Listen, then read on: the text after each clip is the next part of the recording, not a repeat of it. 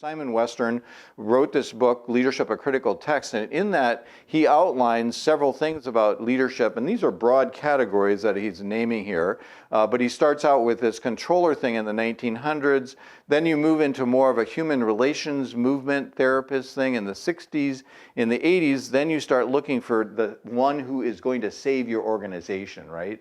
If you just get the right leader, everything will change. And he says, those are all important, and you can see the ways in which, each of these strands keep going here, but here you notice he sees the emergence of an eco-leader.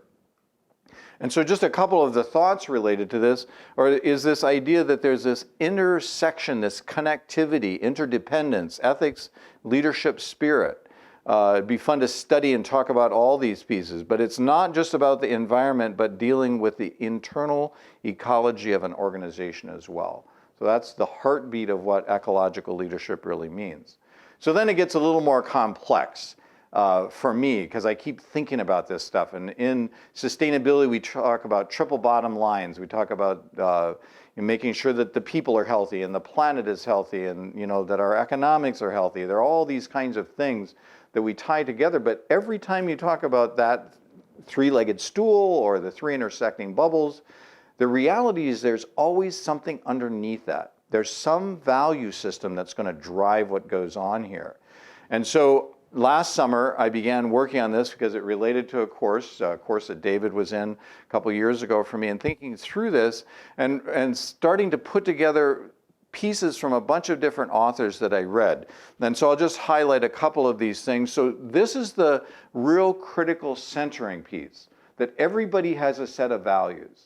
So sometimes when you start out, like I just gave quotes from a Christian perspective, a Mennonite perspective in particular, and that could be very off-putting to somebody. But when you start here, you say, okay, let's open the door and let's all look into our value system and what's critical to us. And so these 6 items that you see around here, Siegelman gathered these together with some other materials and was noting that these 6 values or virtues show up in all the world's major religions. They're present. And even people who don't prescribe to a particular religion end up representing these in many different ways. So not that this is a complete list, but it's a very fascinating beginning point for me or for students or other participants to start thinking about. And the beauty of it is I like to start with transcendence here. And so, for example, there's a tie that someone else, Rook and Proyer, did with character strengths. So when you look at the actual descriptions here, for transcendence, you see that it involves appreciation of beauty and excellence, gratitude, hope, humor, and spirituality. So it expands that out. Now, another author worked on the concept of sustainability leaders.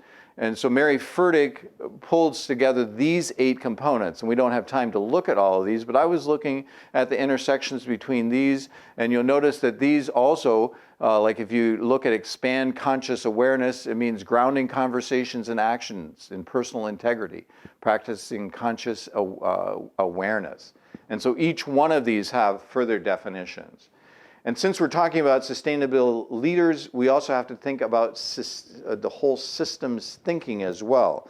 And so that's where you look at the work of Donella Meadows, and you see these blue categories around here. And like this one over here, number 4, stay humble, stay a learner.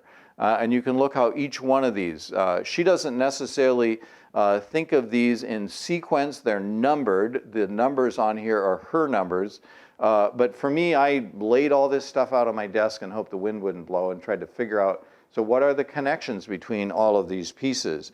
And it has become a very helpful conversation piece for students as we work through it, because I print it out on a big sheet and we can talk about it. People draw their own models and think about how it represents them. And this is actually something that I am committed to continuing to study even in retirement.